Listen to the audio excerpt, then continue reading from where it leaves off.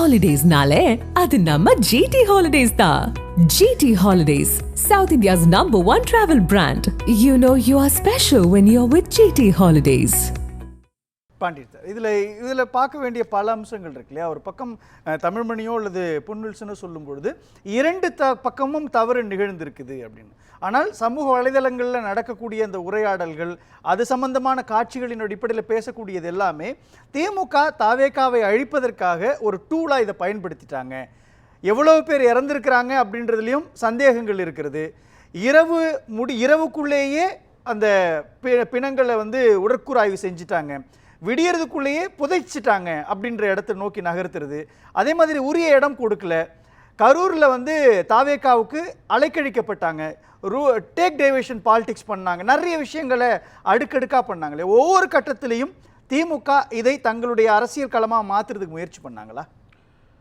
இந்த இறப்பு தமிழ்நாட்டில் நடந்திருக்கக்கூடாது. அது நியூஸ் 7 சார்பாக நீங்கள் எடுத்துக்கிட்டாத நானும் அந்த வருத்தத்தில் பங்கு பெறுறேன். இதில் ஃபஸ்ட்டு ஒன்று ஒன்றா பார்ப்போம். இதில் முதல்ல இதற்கு யார் பொறுப்பு இருக்கணும்? அதிகமான பொறுப்பு, அது முழு பொறுப்பும் ஒவ்வொருத்தரும் சொல்லியிருக்காங்க. பர்சன்டேஜில் சார் சொல்லியிருக்காரு. சார் காவல்துறையில் பொறுப்பை அதிகமாக கொடுத்துருக்காரு.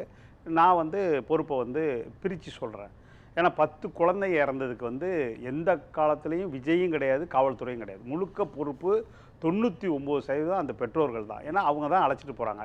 அதில் ஒரு மாபெரும் நடிகர் ஒரு உள்ளவங்களை குழந்தைங்க வீட்டில் அது எங்கள் வீட்டில் நடந்தாலும் சரி, அந்த குழந்தைங்க ஆர்வமாக இருப்பாங்க. நம்ம டிவியில் காமிக்கிறோம். முந்தியெல்லாம் டிவி இல்லை, இப்போ டிவி இருக்கிறதுனால, மொபைலில் இருக்கிறதுனால குழந்தைங்க அதுக்கு ரசிகராக இருப்பாங்க. அது 2 வயசு குழந்தை கூட இருக்குது, நம்ம பார்த்துருக்கோம். அப்போ அதுங்க வற்புறுத்தி கூட கூப்பிட்டு போயிருக்கலாம் இந்த 10 பேரும் கூட. நான் இல்லைன்னு சொல்லலை. ஆனால் அது பொறுப்பேற்றுக்கிறதுக்கு அந்த குழந்தைங்களுக்கு வயசு கிடையாது. அதனால் முழுக்க பெற்றோர்கள் தான் ஏற்றுக்கணும். ஏன்னா தாவேக தலைவர் விஜய் உட்பட எல்லாருமே குழந்தைங்களை அழைச்சிட்டு வரக்கூடாதுங்கிறத சொல்லியிருக்காங்க. First point. அந்த பொறுப்பு முழுக்க 99% தான். 1% தான் மற்றவங்களுக்கு ஒழிய பாக்கி யாருக்கும் கிடையாது. அதில் மற்றபடி 24 மணி நேரம், இப்போ இன்றைக்கி 7:30 மணிக்கு நம்ம பேசிக்கிட்டு இருக்கோம். கிட்டத்தட்ட 24 மணி நேரம் ஆச்சு. தாவேகையிலேருந்து அவர் தலைவர் உட்பட வேறு எந்த பொறுப்பும் அல்லது எந்த விமர்சனமும் அல்ல எதுவுமே ஒரு அரசியல் கட்சிங்கிறவங்க எடுக்காது எந்த விதத்திலையும் நியாயப்படுத்த முடியாது. அவங்க பாதிக்கப்பட்ட குடும்பங்களுக்கு தொகை அறிவிச்சிருக்காரு. இப்போ நீங்கள் நான் இது சம்பந்தமா சதின்னு நீதிபதியிட்ட முறையிட்டு இருக்காங்க. நீதிபதியிட்ட முறையிட்டு இருக்காங்க. அது நாளைக்கு காலையில் நம்ம ஒரு ஜஸ்டிஸ் தண்டபாணி அண்டு ஜோதிராமன் தலைமையில் உள்ள அமர்வில் மதுரையில் வருது விசாரணை. காலைல 10:30க்கு மேலே எப்போ வேணாலும் வரும். அது தனியாக விசாரணை நடக்க போகுது. இங்கே போலீஸு மற்ற விஷயத்தில் அருணா ஜெகதீசன், ஜஸ்டிஸ் அருணா ஜெகதீசன் தலைமையில் தூத்துக்குடி விசாரித்தவங்க இவங்களை விசாரிக்கிறாங்க. மத்தியானம் அவங்க போய் ஸ்பாட்டுக்கே போய் அந்த எந்த இடத்துல இன்சிடெண்ட் நடந்துச்சோ அந்த இன்சிடெண்ட்டை பார்த்துட்டாங்க. அதனால் அது தனி 2 விசாரணை ஒரு நீதிபதி தலைமையில் நடக்க போகுது. அதனால் அது நாளைக்கு, அப்புறம் அடுத்த 2 நாளில் அவங்க இது வரும், இல்லை 1 மாதத்துக்குள்ளே வரும் அப்படின்னு வச்சுங்க. இது எல்லாமே குற்றவாளியோ ஒரு விஷயத்தில் அது போலீஸ் சம்மந்தப்பட்ட வழக்காக இருந்தால் அது குற்றவாளி அது யார் மேலே ஃபிக்ஸ் பண்ண போகிறாங்கன்றது இருக்குது. ஒரு அரசியல் கட்சி துவக்கியாச்சு, 2 வருஷம் ஆயிடுச்சு. விக்கிரவாண்டி மாநாடு, மதுரை மாநாடு எல்லாத்துலேயுமே வெயிலில் நடத்துகிறாங்க. ஏன்னா இப்போ பொதுவாகவே தமிழ்நாட்டோட அரசியல், நான் சொல்கிறது 100 வருஷத்தில் எல்லாமே ஈவினிங், அது மாலையில் தான் நடக்கும். பொதுவாக அவங்க திட்டமிடுறதுன்றது மாலையில் தான். கூட்டம் கூடுறதுக்கு விஜய் என்ன பண்ணுவார்? தாவேகா என்ன இல்லை, நேரத்தை நீங்கள் இங்கே தமிழ்நாட்டை பொறுத்தவரை ஒரு ஃபஸ்ட்டே சொல்லிடுறப்ப நீங்கள் இப்படி கேட்டதுனால பெரியார் தான் இங்கே அரசியலில் சமூக நீதி இயக்கம் 1920லேருந்து ஆரம்பித்து பிரச்சாரம் பண்ணுறாரு. அவர்கிட்ட பல குணம், நல்ல குணம். அதில் 3 குணத்தை மட்டும் சொல்கிறேன். ஒன்று நேரம் தவறாமை. கூட்டத்தை அறிவிச்சாருன்னா இல்ல பாண்டியன் சார், நான் கேட்கிறேன் ஒரு நிமிஷம். இந்த விவகாரத்துல தமிழ்நாடு அரசாங்கத்தினுடைய செயல்பாடுகள் இருக்கு இல்லையா, உடனுக்குடனே எல்லாமே நடக்குது. தனிநபர் அருணா ஜெகதீசன் தலைமையில் ஒரு விசாரணை ஆணையத்தை அமைக்கிறாங்க. அருணா ஜெகதீசன் சப்மிட் பண்ண எத்தனை விசாரணை ஆணையத்தினுடைய அறிக்கையில நடவடிக்கை எடுக்கப்பட்டிருக்கிறது? இல்ல, அது ஆறுமுகசாமி விசாரணை ஆணையத்தினுடைய அறிக்கையினுடைய நிலைமை என்னாச்சு? 2வது தூத்துக்குடி துப்பாக்கிச்சூடு சம்பவம் தொடர்பான அருணா ஜெகதீசனுடைய அறிக்கையில என்ன நடந்துச்சு? இந்த நெல்லை மாவட்டத்தில் ஒரு பட்டியலின மாணவர் மீது நடத்தப்பட்ட நீதியரசு சந்துரு தலைமையிலான அந்த தனிநபர் ஆணையத்தின் மேல விசாரணையை நடத்தினாங்க. அது என்ன நடந்துச்சு? அப்போ ஏதோ ஒரு தவறை மறைப்பதற்கான நடவடிக்கைகளுக்குள்ள தமிழ்நாடு அரசாங்கம் இறங்குதா? எல்லாமே அவசரமா நடக்குது. அவசரமா முதலமைச்சர் கரூர் போறாரு. எல்லாமே பின்னணியில் ஏதோ கட்டமைக்கப்படுது இல்லையா? இல்ல, நீங்க சொல்றது அந்த சந்தேகத்தை எழுப்புறதுக்கு எல்லாருக்கும் உரிமை இருக்கு. ஆனா இது இப்படி நடக்கல, முதல்வர் போகலை அப்படின்னா நம்ம என்ன சொல்லுவோம், ஏன் முதல்வர் போகலன்னு தான் கேட்போம். இப்போ செம்பரம்பாக்கம் தண்ணி திறந்து விடாதப்ப ஜெயலலிதாவை நம்ம கேட்ட கேள்வி இதுதான். அவங்க முதல்வராக இருந்தாங்க, ஏன் வந்து இந்த மாதிரி இவ்வளோ இதாகிடுச்சு, ஏன் வரல அப்படின்னு கேட்டோம் நம்ம. அதனால் கேட்குறதுக்கு நமக்கு உரிமை இருக்குது. இந்த கேட்குறதுல உள்ள நியாயமும் இருக்கலாம், நான் இல்லைன்னு சொல்லலை. ஆனால் இதெல்லாம் கரெக்ட் வேகமாக நடக்கிறது தான் சரின்றது தான் இப்போ பாயிண்ட்டு. அதை அட்ரஸ் பண்ணுறாங்க. எந்த விஷயத்த சொல்கிறீங்களோ அது. இப்போ காவல்துறை ஏடிஜிபி அதுக்கு பேட்டி கொடுக்குறாரு, அவர் என்ன நடந்துச்சு. இப்போ அவர் சொன்னதிலே பார்த்தீங்கன்னா, நீங்கள் சார் சொன்னார் போலீஸ் வந்து பத்தாதுன்னு. திருச்சியில் 650 போலீஸு, அரியலூரில் 287 போலீஸு, பெரம்பலூரில் 480. அது என்ன சொல்கிற வர்றாருன்னா மொத்தம் 3 கேட்டகரியாக பிரித்து அதை நீங்கள் எல்லாருமே பார்த்தாச்சு. 50 போலீஸு, 50 பேருக்கு ஒரு போலீஸு, இதுக்கு எவ்வளோ போலீஸு அப்படிங்கிறத சொல்கிறாரு. எந்த கேட்டகரி, அதாவது மாடுலர், ஹையஸ்ட் ரிஸ்க்கு அப்படின்னாக்கா இது வந்து 20க்கு 1 கொடுத்துருக்காங்க. அப்போ அதுவே நல்ல அதிகம் தான். ஏன்னா நீங்கள் திருச்சியில் ஏன் கொடுத்தாங்கன்னா ஏர்போர்ட்டுக்கும் சேர்த்து 650.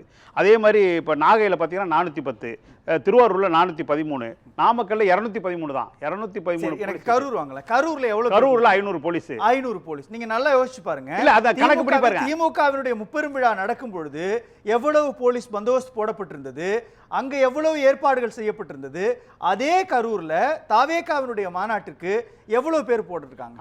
அது சரியா இல்ல, அது சரியா பண்ணு நீங்க கேட்கறது நியாயமா வச்சுக்கிறேன். அதுக்கு முந்தி 2 நாளைக்கு முன்னாடி அதிமுகவோட பொதுச் செயலாளர் எடப்பாடி இவர் இது பண்ணும்போது பிரச்சாரம் பண்ணும்போது 137 போலீஸ் தான். அதுக்கு பக்கத்துல அங்கதான் பிரச்சனை. ரெண்டு புள்ளி இதுல வருது. எடப்பாடி 2 புள்ளி வருது. ஒண்ணு, எதிர்க்கட்சி தலைவராக இருக்கக்கூடிய இபிஎஸ் உடைய மாநாட்டையே புறக்கணிக்கிற அளவுக்கு அந்த கூட்டத்தை ஒழிக்கணும், அல்லது அந்த அந்த பிரச்சாரம் போய் சேரக்கூடாது. இல்ல இல்ல, அதுதான் திமுக இல்ல. ஒரு அசம்பாவிதம் நடந்துச்சா, அதே நாமக்கல்ல மத்தியானம் நடந்தப்ப நான் 3 மணிக்கு பிரச்சாரம் விஜய் பண்ணும்போது 213 போலீஸை வச்சு அதை வந்து நிர்வாகம் பண்ணியிருக்காங்க. அப்ப அந்த 50 பேருக்கு போலீஸா, 200 பேருக்கு 150 பேருக்கு மேல உள்ள போலீஸா, அல்லது 400க்கு ஒரு போலீஸாங்கிறதா கணக்கு. ஒரே ஒரு ஜஸ்டிஃபிகேஷன் தான். உதயநிதி ஸ்டாலின் ஒரு பிரச்சாரத்துக்கு கரூர் போகும்போ அவருக்கு எந்த புள்ளி கொடுக்கப்பட்டது, அதிமுக தாவேகாவுக்கு எந்த பாயிண்ட் கொடுத்து வராங்க, எந்த பாயிண்ட் கொடுத்தாங்க, இதுக்கான ஜஸ்டிஃபிகேஷனை கொடுக்க முடியும். சரி, ஒருவேளை இதில் அப்ஜெக்ஷன் இருந்திருந்தா இவங்க நீதிமன்றத்துக்கு போய் வாங்கியிருக்கலாம். ஏன்னா எல்லாரும் இப்போ நீதிமன்றத்துக்கு போகிறாங்க. அதனால் அது ஒரு மேட்டரே கிடையாது, பெரிய விஷயமாவே பேச வேண்டிய இடம். ஏன்னா லைட் ஹவுஸை பற்றி சொல்லியாச்சு, உழவர் சந்தையை பற்றி சொல்லியாச்சு.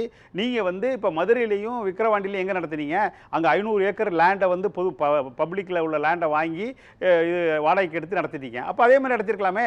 இன்னொன்று நான் சொல்கிறேன், நீங்கள் ஏன் உட்கார வச்சு நடத்தாமல் உங்களை நம்பி வந்து ஓட்டு போடுறவங்கள உட்கார வைக்காம சுயமரியாதை இல்லாம ஏன் நிக்க வைக்கிறீங்க? இல்ல, எடுக்க இந்த கேள்விக்கு பதில் சொல்லுங்க. பாயிண்ட் தானே முக்கியம். எதிர்க்கட்சி தலைவர் எடப்பாடி கே பழனிசாமி இல்ல சார், நீங்க கூடக்கூடிய பிரச்சாரம் இல்ல, ஒரு காலத்துல ரொம்ப குறுகிய இடமா இருக்கு சார். ஒரு காலத்துல அரசியல் இல்ல, திமுகவினுடைய பிரச்சார மேடைகள் இருக்கக்கூடிய இடத்தை பாருங்க கம்பேரிட்டிவ்லி. சார் நீங்க சந்தேகமா எதிர்க்கட்சியா சொல்றதுல நான் ஆட்சேபிக்கவே வரல. நான் சொல்கிற பாயிண்ட்டு, ஏன் வந்து ஒரு கட்சி ஒரு காலத்துக்கு முந்தி நிற்க வச்சு கூட்டம் நடத்துகிற காலம் உண்டு, இப்போ எல்லாம் உட்கார வச்சு நடத்துகிற காலம் வந்துருச்சு. அப்போ சுயமரியாதை நீங்கள் உட்கார வைக்காமல் நீங்கள் வந்து நல்ல வெஹிக்கிளில் வருவீங்க, இதில் இது வந்து பொதுமக்களை வந்து அது விஜய் தொண்டராக இருக்கட்டும் ரசிகராக இருக்கட்டும், எனக்கு அதை பற்றி கவலை. சுயமரியாதையோட உட்கார வச்சுருந்தீங்கன்னா இவ்வளோ பெரிய இன்சிடென்ட் நடந்திருக்காது. இல்ல நான் முடிச்சறேன் சார். உங்களுக்கு நான் இத பதில் சொல்றேன். இந்த ஒரு விஷயம் தான் ஐயா சொன்னா 137 போலீஸ்காரங்க, இது வந்து 500 அப்படின்றது. அந்த கம்பேரிசனை காவல்துறை பார்க்காது. காவல்துறையை பொறுத்த இல்லை சார், காவல்துறை என்னன்னா ரேண்டமா இந்த கூட்டத்துக்கு இவ்வளோ போலீஸ், இந்த கூட்டம் எந்த வகையான கூட்டம், அபோவ் 40 அனுபவம், 40 வருஷம் 30 வருஷம் அனுபவம் வாய்ந்த தொண்டர்கள் உள்ள கூட்டம், இது ரசிகர்கள் கூட்டம். இந்த கூட்டத்துக்கு நீங்க அந்த ஈக்குவேஷன் போட்டா முடியாது. இந்த கூட்டத்துக்கு வந்து ஒரே ஒரு கேள்வி. திருச்சியில கூடின கூட்டத்தை பாக்குறோம். அவரு சென்னையினுடைய பனையூர்ல இருந்து கிளம்புறவரை அந்த பாயிண்ட்டுக்கு போறவரை தொடர்ச்சியாக ஊடகங்களுடைய கண்ணுல இருந்தா இருக்கிறாரு. மக்கள் அவரை பின்தொடர்ந்துகிட்டே இருக்கிறாங்க. அப்படின்றப்போ அதை நீங்க என்ன அனுபவத்தை வாங்கிட்டீங்க? திருச்சியில நடத்தி இருக்குது, அரியலூர்ல நடந்திருக்குது, நாகையில் நடந்திருக்கு, திருவாரூர்ல நடந்திருக்கு. தொடர்ச்சியான கட்டுக்கடங்காத கூட்டத்துக்கு வெறும் 200-300 காவலர்களை மட்டுமே வச்சு அடக்கிட முடியும். அந்த இடத்துல தானே நிர்வாகம் இல்ல சார். நீங்க 2000 போலீஸ் வச்சாலும் இந்த ஒரு பர்டிகுலரா நேத்து நடந்த இடத்துல நீங்க எந்த 5000 போலீஸ் வச்சிருந்தாலும் அதை தடுக்க முடியாது. ஃபர்ஸ்ட் அதை புரிஞ்சுங்க. என்ன காரணம்னா போலீஸ் வந்து எப்படி பண்ணுவாங்க அப்படிங்கிறதுக்கு பெரிய ப்ரொசீஜரே இருக்குது. இவ்வளோ கட்டுப்பாடு கொடுத்துருக்காங்க. நான் இன்னும் மிச்சம் சொல்லிடுறேன். இது என்ன முக்கியம்னா, இவங்க தண்ணி கூட ஏற்பாடு பண்ணாது மிகப்பெரிய தப்புன்னு யார் சொன்னார், நான் அதை ஆமோதிக்கிறேன். சாப்பாடு காலையில் 10:30 மணிக்கு பிள்ளைங்க வந்திருக்கு. யார் வயசு பிள்ளைங்க வந்து 17-18 வயசு பெண்கள் பேட்டி கொடுக்குறாங்க. நாங்கள் எப்போ வந்தோன்னு காலையில் கரூரில் வந்து சொல்கிறேன், நாமக்கல்ல 10:30 மணிக்கு வந்துட்டு சாயந்தரம் 7 மணி வரை ஒரு சொட்டு தண்ணியும் குடிக்காமல் சாப்பிடாமல் இருந்தால் நீங்கள் நானுமே நிற்க முடியாது. அப்போ அந்த 7:12க்கு அவர் உள்ளே வர்றாரு, அந்த இடத்துல ஏறுறாரு மேலே. அப்போ அந்த கூட்டம் எப்படி இருக்கும்? ஏன்னா அந்த பஸ்ஸு நிற்கிற அளவுக்கு ஏற்கனவே கூட்டம் நின்றுச்சு, அதை விளக்கிட்டு தான் பஸ் வருது. அப்போ அந்த பஸ்ஸுக்கான அந்த பரப்பளவில் உள்ள மக்கள் வந்து 2 பக்கம் பிதுங்கி போனாங்கன்னா ஆட்டோமேட்டிக்காக ஒரு வருமா வராதா? வந்திருக்கு. அதை விட்டுறேன், அதை தாண்டி இல்லை இதை சொல்லிடுறேன். 2 விஷயம். எனக்கு இவ்வளோ நேரம் உங்களுக்கு கொடுத்துட்டே, எனக்கு கொஞ்சம் கேட்டுங்க. மக்களும் விழிப்புணர்வோடு இருக்கணும். ஏன்னா இதில் எந்த இடத்துலையும் அவங்களுக்கு இல்லை. ஏன்னு கேட்டால் 6 இடத்துலையும் ஒரு இன்சிடென்ட் தான் நடந்துக்கிட்டே இருந்துச்சு. அதாவது வெயிலில் இருந்து மயக்கம் போட்டு விழுந்து ஆம்புலன்ஸில் போகிறாங்க. எல்லா இடத்துலையும் இதே 6, மதுரையில், விக்கிரவாண்டியில், திருச்சியில், அரியலூரில் எல்லா இடத்துலையும் நடந்துச்சு. அப்போ அந்த கட்சி எவ்வளோ தூரத்துக்கு பொறுப்பெடுத்துக்கணும்? அப்போ விஜய் ஏன் பொறுப்பெடுத்துக்கலைங்கிறதா என்னுடைய பாயிண்ட்.